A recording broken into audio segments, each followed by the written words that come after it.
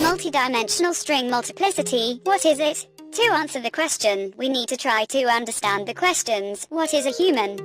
What is human thinking? And most importantly, how does human thinking work?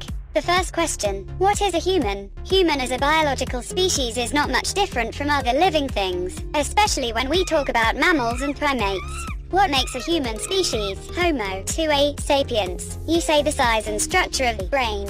However, it is known that the biologically human brain is not much different from the structure of the brain of other large mammals, not to mention the size. For example, the brain of a blue whale weighs about 8 kilograms, and the brain of an elephant weighs 5 kilograms. A man cannot contest this size with his 2-kilogram piece of neural network. We have a difference between the animal world and human, but if it is, then this difference is the least connected with biology. Why? Having represented human as a biological species, we can place the human individual. Of course, the experiments on humans are prohibited, but history knows hundreds of cases of the so-called Mowgli children. From an early age they had been deprived of other animals and had been deprived of the contact with other individuals of the human race. What came of this? Such children did not know how to talk. Their behavior is the behavior of the animal. So we conclude that man is made by man, namely language, hierarchy of knowledge and logic and system of norms of behavior. If we simplify, then human is not biology.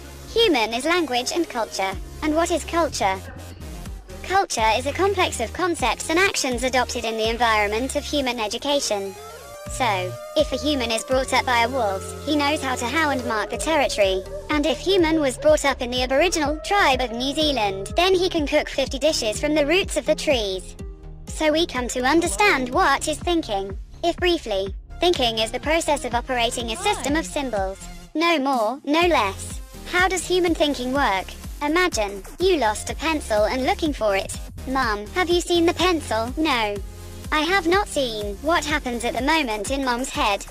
It is assumed that it is well acquainted with what object is a pencil, and trying to remember. But if she did not see this particular object, she will try to remember a common pencil. Our brain always tries to classify a particular case of phenomenon to the general, simplify, classify, hang a label, in order that this phenomenon could be operated in the future.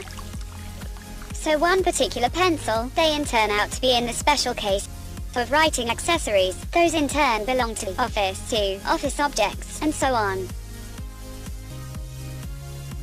In this case, you do not need to think that the brain does it in a special way, using sophisticated sorting methods. Here everything is simple, and in print, the memory of several signs of the object becomes a marker for this class of objects. But we remember that the human logic is based on the operations adopted in human culture, otherwise it will remain at the level of the animal perception. Now we come to the most important moment. How can this happen at the physical level? It is clear that each element of the classifier must store the memory of all previous elements without excessive complication of the model and attraction of additional operations. If we need to class something, we begin our journey not from a particular object to a common object, otherwise the system would have turned out to be excessively complex.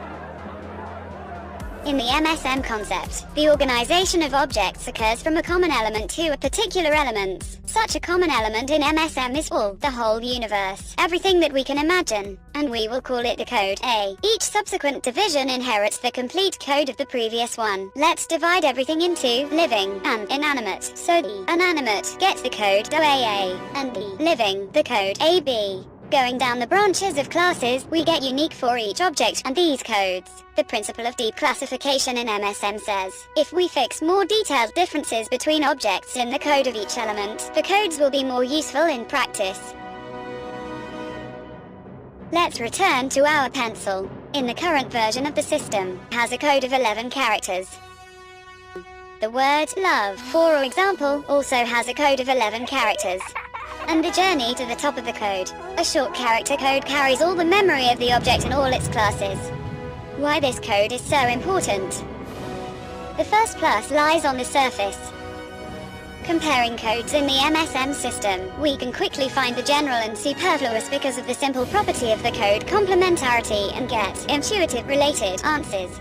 So for example, when we talk to the machine about color, it understands that the element is blue is its descendant. It seems simple, but so far this simple idea has not been expressed and described. A multidimensional string multiplicity is not a traditional classifier in its classical sense. It has a number of properties that opens up the widest possibilities. We will talk more about the issues of artificial intelligence and MSM. If you liked the video, please subscribe to our page, like, and share on Facebook. I look forward to hearing from you and reading your comment. Thanks.